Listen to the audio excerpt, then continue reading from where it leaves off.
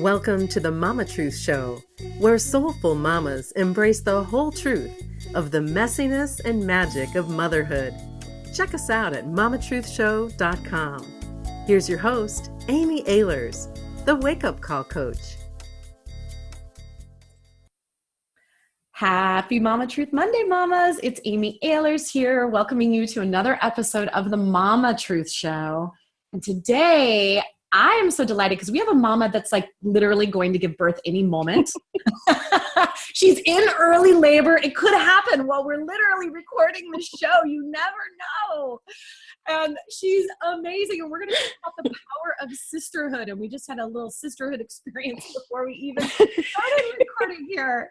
So I'm so excited and delighted, as always, to introduce you to my special guest today. Her name is Gervase, and she is a transformational motherhood coach and the founder of Your Mommy Soul Tribe. At the company, and the name of her company, I love this, is Shiny Happy Human, which is shinyhappyhuman.com. She's building a movement that gives permission plus resources to moms who feel lost, overwhelmed, or like they're drowning in shoulds so they can master the season of their lives. And I mean, just by saying that, you can absolutely understand why there is so much overlap between what her and I are doing in the world. She just launched a little while ago her Mommy Soul Tribe, Soul Mommy Tribe, Mommy Soul Tribe.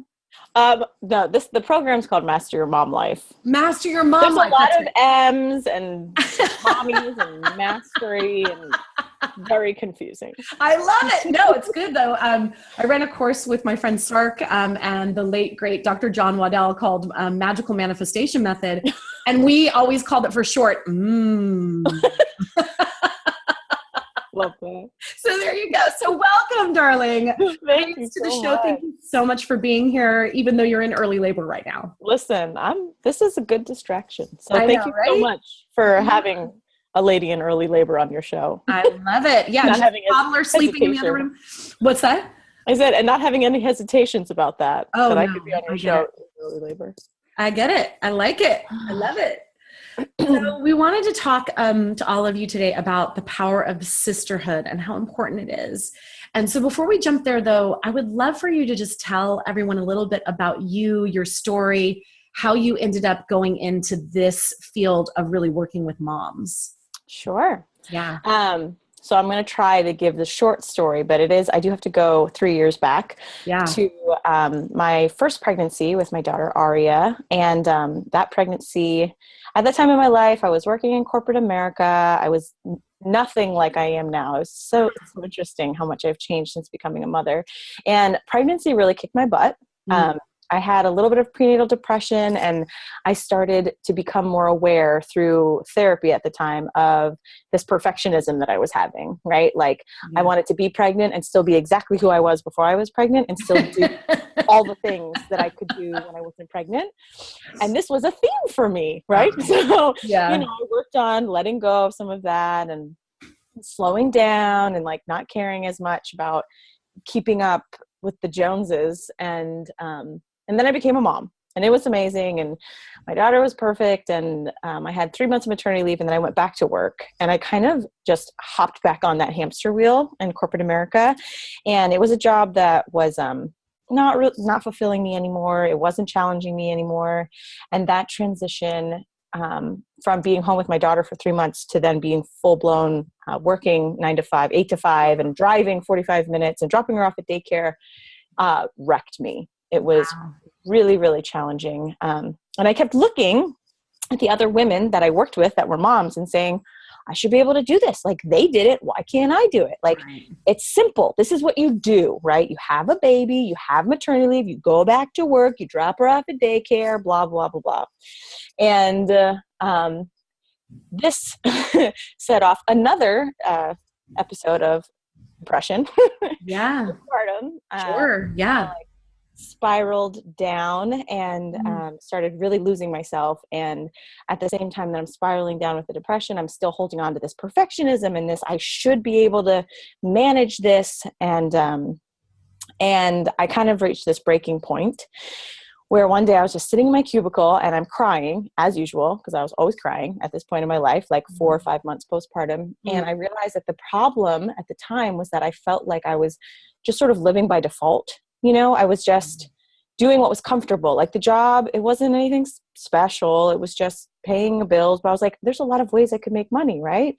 And I was just doing it because I don't know, I didn't put a lot of intention into it. Yeah. And so that started to really bother me. And then I started to think about the far-reaching effects of that for me as a role model to my daughter. And I'm like, so if my life is my example to my child, what am I teaching her? Like, just live your life by default, even if you're so miserable that you're crying at work every day. Wow. Right. So I kind of was like this lightning moment for me, this lightning bolt moment. And I went home that day and I told my husband, I'm going to quit my job. And he was like, I think that's a great idea.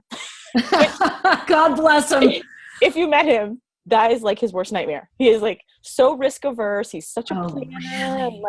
And he was like, yup, I'll do anything. Like, we need to figure something out because you are so unhappy. And it was affecting everything. It was affecting our marriage. It was affecting everything. And that's what I always teach moms. It's like, you are the foundation of your family. And if you are falling apart, everything will crumble. And so, when my daughter was 6 months old, quit my job with zero plan.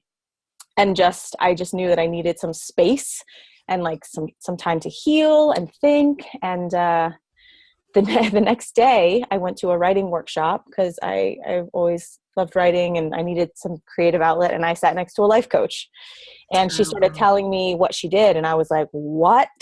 That is a career. Like I didn't know anything about the world of personal development.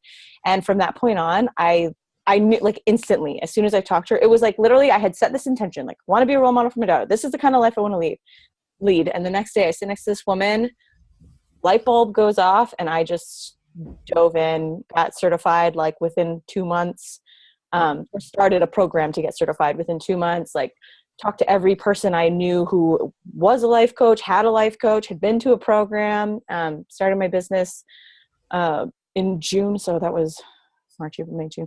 4 months later, started Shiny Happy Human.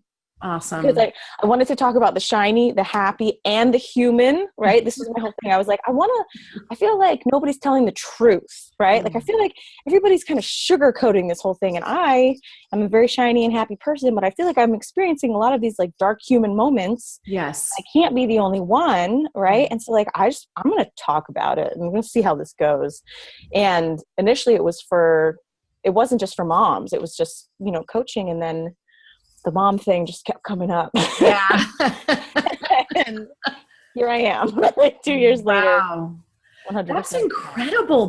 What a huge transformation in such a short period of time. Yeah. And like now knowing that, by the time all of you are watching this, your second daughter will have been born, and knowing what a huge, like a different experience you're going to have. Mm-hmm. Little baby, like where you're not going to be going back to work where you need to leave her at 3 months old. Nope. It's like, and that's what people have said, like, are you taking time off after the baby's born? And I'm like, yeah, I'm kind of out of pocket all of August, but then I'm probably gonna do a few things, like do a couple calls in September. And they're like, you need to take time. And I'm like, trust me, I know I need to take time. I'm the biggest advocate, but I love what I do. And like, this will be like a few hours a month. Yes. Versus like 40 hours a week. So it's not, you know what I mean? It's not the same thing. Totally different thing. So totally different. Yeah. Yeah. Wow. So for you, it sounds like you were aching for that sisterhood and we're looking for it like in all the wrong places, right? Like you're looking for sisterhood in all the wrong places, it's like, but it's like you were looking at these women at work and then that, as I call it, the inner comparison queen comes up and is in like comparing you, like, where are there all these moms that are working in this office with me and that are fine and I can't get it together, and then we punish ourselves. But you knew, it sounds like from the beginning, that you needed that tribe, that sisterhood. Mm-hmm. Tell me a little bit more about that and how you specifically define sisterhood. Well, so I think like the first part of that is like I didn't see myself reflected in the world around me was the first thing for me. Like I had lots of good girlfriends. I still have many of them. but it was like nobody was experiencing things the way that I was experiencing them or wanting the things that I was wanting. And so I think that's part of sisterhood. I do not think that you have to be exactly the same as everybody that you're friends with. Do not mistake me, but I did think it kind of what made me curious. Like, there's more out there. I'm not getting what I need, right? Like I think I can find it.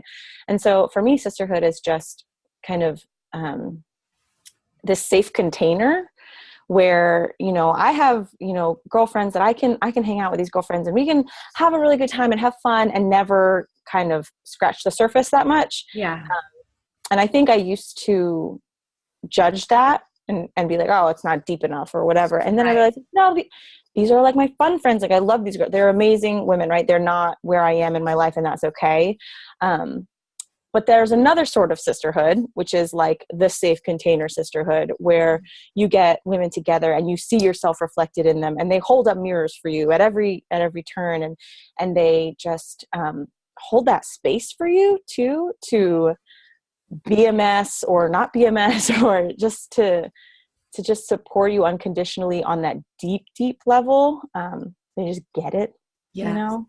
And that to me is like the truest form of sisterhood, where people meet you where you're at, on a deeper level. Yes. It's interesting. I was just at my friend Samantha Bennett's event called The Big Yes over this weekend when we're taping here. And, you know, she was talking about the word tribe and why she likes to use the word tribe. And I think it's so interesting because she's like, you know, when you think of like a tribe and like a, you know, somewhere where like you're a member of a tribe, literally where you live in like a village together and you're a tribe, it's not that you're best friends with everyone in that tribe. Right. It's not that you're, you know, it's like there's the person over there that you kind of don't resonate with, but they're still in your tribe. Like, you unconditionally love them. They're unconditionally safe with them. There's that person over there that triggers the living daylights out of you. And you're like, but you're in my tribe. Like, you're my people, you're my tribe. And then there's the people that are like, you know, your deep, profound sisters where you're like, oh my gosh, we like simpatico. We get each other on a profound level. And that actually the tribe, like having that sense of sisterhood, it's not like, oh, we're in a sorority and, you know, we're all best friends and it's all surface. It's like really that core soul, deeper connection and that space where you can really be yourself and be unconditionally loved as yourself. Yeah. Being yourself, which like, I feel like today, how often are we really ourselves? You know, like in this world, the social media and putting, you know, the pretenses, and it's hard to really be yourself and feel like that's safe. It's not something that is natural for us, I think, for a lot of women, unless you start doing it often enough. Because even the women in my program, I have to explain, like, you can't, like, let's say we're in a Facebook group, a private Facebook group, and we're building sisterhood. You can't like something enough, okay? Like, you can't comment too much and be too, like, supportive. But people tend to, like, oh, I don't want to, like, draw attention to myself. I don't want to be perceived as, like, cheesy or whatever. And really, that's what we all need, right? Like, top, just total support. So.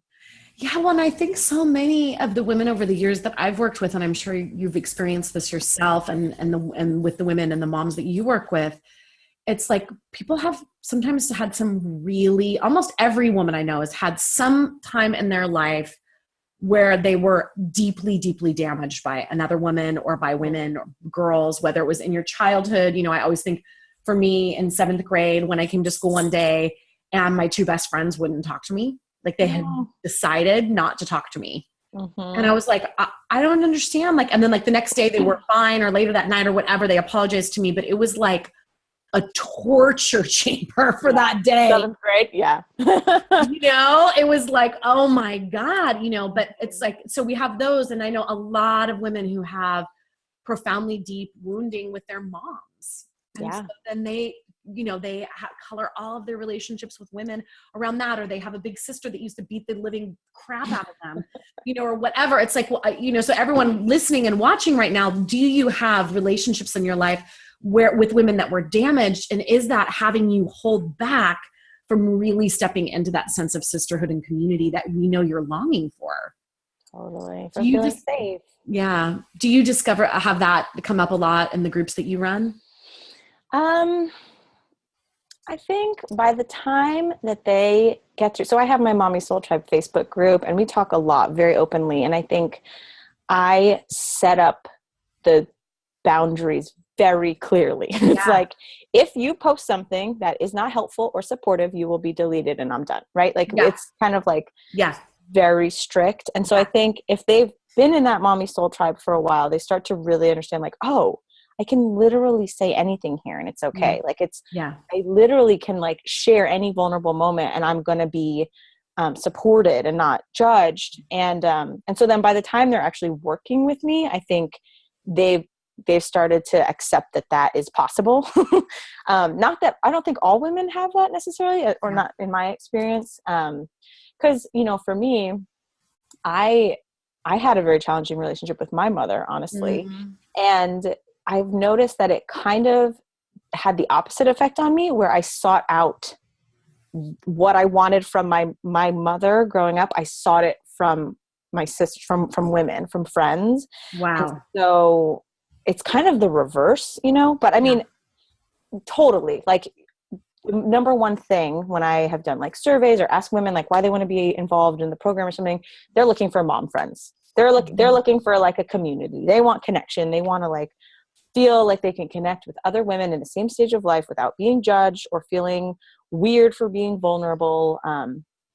They want that. They're not sure that it exists, but if you tell them enough, they're like, okay, I think this chick might have created something and maybe I can find the kind of mom friends, that I'm looking for. So I do think there is, it's in there. Yeah. Since that's what they're looking for. It's like, they must not be finding it. Yeah, absolutely. Well, and I think it's like when we're in this phase of life with children, it's, we need that, with the Mom Circle, I've been jokingly saying, no mom should let another mom do motherhood alone. Like we can't do it alone. Like when we're isolated, even if we have a partner that's great, it's like there is just certain things as a mom that we are going through that is unlike any other experience. And I think it really catches people off guard of the depth of all of the stuff that comes up when we become moms. Yeah, we are not meant to do this alone. Which is what's so different about this pregnancy too. Like being pregnant the second time, it's like day and night because of not only my lifestyle, but also the people that I have now in my life that I've been super intentional about creating, and not like tons of people, just like a handful, that support me as a mom and not as Gervase, this person who you were before you had kids. It's like, no, I need support as this person in this stage, it makes a very big difference. So, yeah. So what are some of the keys that you teach in your tribe and your programs around how to actually create sisterhood? Because I know that so many people are longing for that and they should definitely check out what you're doing. And I know that there's, usually some sort of keys that will help to create that. Yeah. So that's a good question. So I just did this call, was it last week or 2 weeks ago? Time is flying. I know, right? And I like went down this list and I can remember two things stand out for me. One thing, and this, I think I got this from my mentor, Sarah Davidson, but it was never be sad alone, right? Like if you're going through something, write about it. Like ask for help, reach out to me or in the Facebook group or connect with somebody offline. Do not be sad alone. And that I think is a great, great rule because number one, it addresses the fact that like, yeah, you can be a great mom and still be sad sometimes. Like it happens. Right. We are human beings with emotions and we have bad days. Right. As much as we want to pretend that we don't, we're not human and we're perfect. So never be sad alone. And then it's the number one, I think, principle of everything that I've built thus far is the Me Too. And that's just how I explain it. If somebody is sharing something super vulnerable or is asking for help or having a hard human moment and you have experienced it, raise your hand and say me too, whether it's like on the call or in the Facebook group, because the power of me too, I think, has been the single biggest change agent within my programs. Yeah. These women, again, because of the way that we live today, we're so isolated. No, we don't live in tribes anymore. Right. So we're like in our houses, in our subdivisions, in front of our computers. And so, you know, having that me too used to be critical. So if you can do it even online and just support somebody by just being like, oh, I'm going through the same thing. And it's so great. I especially love it on live calls, you know, when you have like a group coaching call and somebody says like, oh, well, whatever, maybe it's something with their husband. I feel resentment towards my husband. And then half the time, I don't even get a chance to answer. Somebody will like unmute the line and be like, I just want to say that I'm going through the same thing. And they're excited to give a me too, because they're also excited to hear a me too, right? It's like this, it happens at the same time. So for me, the me too is like the biggest part of sisterhood that I think really can change the whole energy around a group of women. Yeah. I love that. I'm in in Annabella, my oldest daughter's school. When another child is talking and they have a Me Too moment, they do this sign where they like go like this with each other. And so it's so funny because sometimes yeah, exactly. Like, so it's so funny because sometimes when I'm talking with the moms and I'm like, oh my gosh, I blah, blah, blah, blah. And they're like, I feel you. And it's not for drinking. It's for, I feel you. Like, yes, me too. And they do it. They actually do it from their heart when they do it. But it's like, oh, I feel you. And part of that is because when you're, you know, in third grade or second grade or whatever, you actually just want to interrupt the other kid and start saying, oh yeah, I have a dog too. And his name is blah, blah, blah. And when it's like that child's turn. So part of it is like to give them the space, but to know, like, I feel you. I'm hearing you. I get it. Me too. All of that stuff, which the power of the Me Too is so incredible. I mean, I always say for me, when I became a mom, I just moved back up to the San Francisco Bay Area. I'd been living in Los Angeles for 13 years. My husband and I met down there. And when we got pregnant, his mom had just passed away. So when we got pregnant, we decided to move back up to the San Francisco Bay Area because this is where I'm from and where all my family is. And we ended up in this wonderful birth class and ended up connecting with a lot of the other couples in that class. And I was like kind of a stalker. I was like, so does anybody want to meet for dinner before class tomorrow? Because I was like, I need friends. I don't know. Like I had tons of family, but I, you know, and I was like, I'm like, Rob, and it's so great because I'm still friends with these, you know, those couples 9 years later. And they're always like, thank God Amy was such a little hungry puppy, like jumping around everywhere, like trying to make friends. But then like almost all the moms from that birth class, then we went to the same moms group together. Aww. And it was like, I mean, the joy of a facilitated group. I always like, I just feel like that group saved me because I thought I was going crazy. I was so scared. I had never felt so much anxiety and fear in my life. And I was like, oh my God, did I blow it? Should I have never been a mom? Like everything under the sun. It was like, oh my God.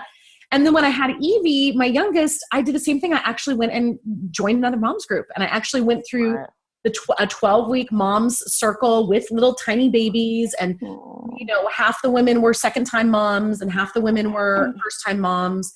And, I didn't end up, that particular group didn't end up bonding as deeply as my first one did. But being able to sit for the first, 3 months of my baby's life and be with other people whose babies were in those similar phases was just, it saved me both times from thinking I was crazy.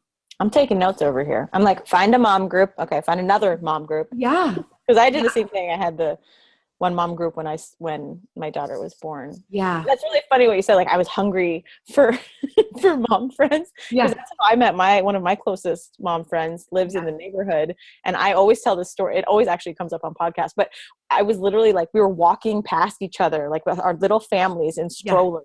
Yeah. And this was around the time where I was like, I need a cool mom friend who lives in the neighborhood. Yeah. That was like, I'm going to find one. And she was walking past me and I literally like took my husband's stroller and I was like, go this way. And I go into her and I was like, hi, you have a daughter? I have a daughter. They look about the same age. I'm Gervase. How's it going? Like I literally was like, you will be my friend. Yeah. We will be friends. Yeah. And now we're super close friends. But I could tell at the time she was like, Dang, girl. I know, right? Well, but it takes that. It is a very vulnerable thing to reach out. It's like dating again, but it's dating for friends. And it's so important though. And that's why I'm so glad that you're doing what you're doing with your new group and with the, Mommy Soul Tribe and, with the Mama Truth Circle. Like that's what it's about too, is like giving people that context to reach out to each other. And then the power I really feel of a facilitated experience, like what you're doing in your group coaching program, is so important, because we go to deeper layers when there's someone in front of the room saying like, so how's your sex life? Yeah. And you're like, oh, like my baby's 8 weeks old. Like nobody's getting in there. I don't know. Exactly. It's Let's tell the truth. Okay, but I am not okay with this, or whatever it is. But it's like, being able to have those deeper conversations, because when we go to like a play group, like you were saying, it's like, oh my gosh, great. Now we're talking about diapering and nap schedules instead of the fact that I'm feeling so sad, like you were saying, or whatever it is. Yeah. Yeah. What else? What else do you want to, anything else you want to share about sisterhood before we start wrapping up here? It's so funny, like discussing this like the second time around. I'm just like having this like deja vu, weird out of body experience, because I'm like, I'm about to do this again. Like, have I covered all my bases? Yes, I think I have. No, but I like what we just kind of touched on, which is just, I think a lot of people say, or they see sisterhood and they're like, well, she has that, but I can't have that. Right. Because maybe they have the mean girl story, they've had a bad situation, or they're just sitting there watching and feeling sad and alone and jealous and a little envious because they want it. And I do think it's good that we touched on that, which is go get it. Like, it's not going to land on your lap anymore, because we don't live in villages, right? So you really have to say, like, what is it that I'm desiring that I don't have, and how can I create it in my life? And that's just kind of been the story for every single change in my life in the past 3 years. And there have been so many, from like, how do I want to be a stay-at-home mom, or do I want to be a working mom, or I want to be a role model? Like, how many hours a week do I want to work, or what kind of people do I want to spend time with, and how do I want to have fun? What does fun look like for me? Like, and it's realizing that there's all these different facets of myself.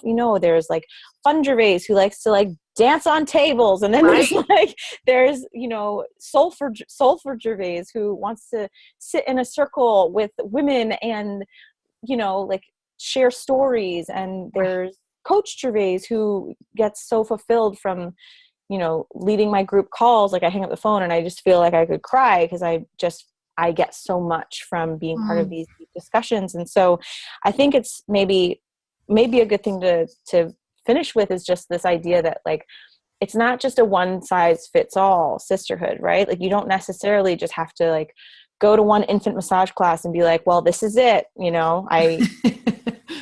This is what my life is now. It's being really,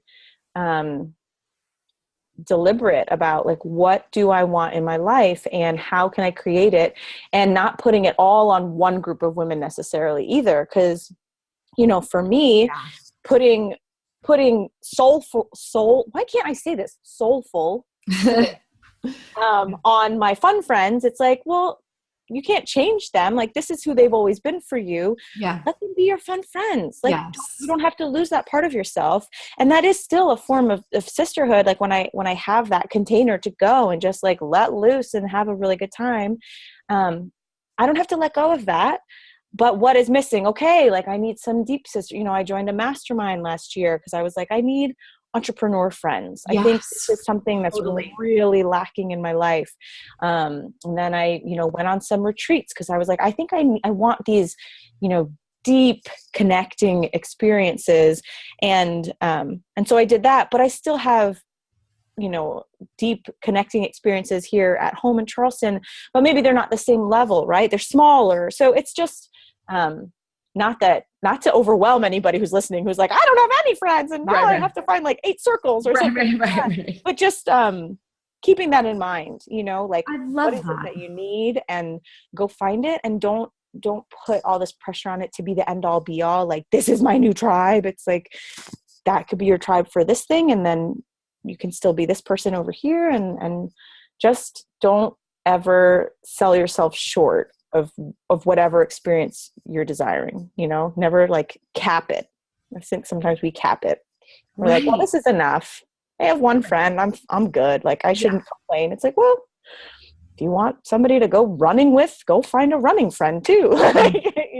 Yeah. So, I love that. And I think it's the same thing with our partners. It's like to think that my husband can fulfill every single need that I have is a recipe for disaster. It's a recipe for the marriage to go away, like for divorce. Like, it's like, so it's like, like this is where I'm fulfilled with him. And this group of, like you said, I definitely have those different circles too. It's like, okay, if I need like a night out with the girls and cocktails, I'm going to call certain people. Yeah. There's nothing wrong with that. And if I need, like you said, like to be sitting with a candle talking about my businesses and my intentions for the year and the vision that I have for Mama Truth Circle or whatever it is, it's like, I'm going to bring these people over to my house. Mm-hmm. And I think I love that it's really embracing the whole woman that each of us is. Which I'm really into. I love that. Yeah. Oh my gosh, that's so good. Okay.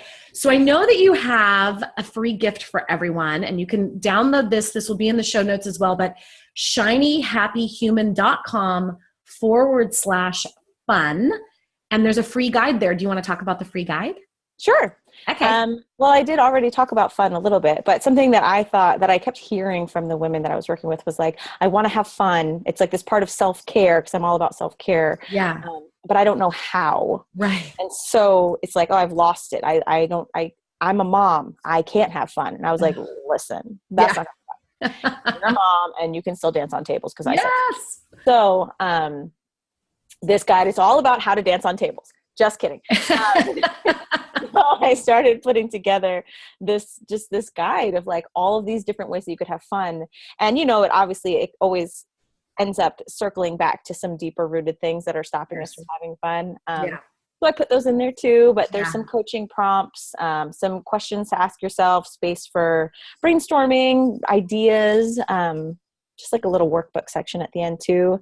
But it's called, I think it's 16 ways for the beautifully messy mommy to have more fun. Write the F now so that you have no more excuses and you can just start. Awesome. So you can grab your copy of that at shinyhappyhuman.com/fun. All right, my dear. So as we wrap up, I'm going to ask you what I ask all of my guests on the show, and that is, what is messy and what is magical about motherhood for you these days? It's a good question for me right now, Amy. So what is messy for me is that my due date is in 3 days. Yeah. And so I don't even know how to like eloquently say this. I guess I am trying to like surrender to this period in between like the now and the later, right? Because I just kind of feel like I'm in this holding cell. And so the challenge, of course, is like, just be present, just be with it, be with the discomfort, and just, stop trying to future trip or bypass this next section, which is your natural birth. And, because it's all part of the journey, right? So I think it's feeling a little messy for me, and it's an opportunity for me, especially as a coach, because I'm like, here's the lesson, like all women experience this, like I need to just be in it. So it's just a great invitation for me to just feel it, just kind of like, so I'm impatient. Okay, I'm impatient. That's how I feel. I don't have to like spin it into something magical. Like I just feel kind of gross in between. And I'm like acknowledging it without the judgment and just trying to work through it every day and just see how I can just be more present. So that's messy. I think. Yeah. And what's magical is, I just have been, honestly, the biggest way that I've been counteracting that messy, gross feeling is with gratitude, because I just keep reflecting on where I was this time 3 years ago when my first daughter was about to be born, and how I was like sitting at a desk every day. I had to like go into work, put pants on, first of all, go into work, like drive there, sit at this desk uncomfortably, like in the worst position, do work I didn't care about, like socialize with people I didn't want to talk to, like all of this stuff. Yeah. And now I'm like, we were talking earlier, like last week I launched my program and I was enjoying doing that, so like gratitude for what I've created in the past 3 years and the changes that I've made happen, and how this, as messy and icky as it feels sometimes, like this is a million times better than what it was 3 years ago. And I'm grateful for that. Awesome. I love it. Yes. Gratitude rules. It works, man. Awesome. All right. Well, Gervase, thank you so much for being here on the show. In early labor, I'm sending you so many blessings for receiving a beautiful, easeful, perfectly paced birth. Thank you so much. So present and surrendered, and where you get to have fun in the process of a very challenging and crazy, sacred experience. Oh, I love it. I can't wait to tell you how this goes. I know, right? Awesome. So everyone, make sure to check out that free ebook at shinyhappyhuman.com/fun.